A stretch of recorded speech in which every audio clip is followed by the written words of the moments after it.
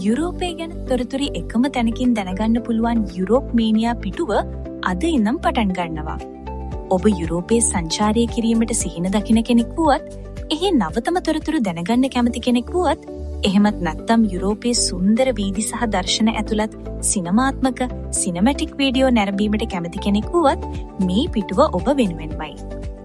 මේ ගමන යන්න ඔයා මාත් එක්ක එකතු වෙන්න. පිටුව like and follow කරන්න. එහෙනම් අපි ගමන පටන් ගමු.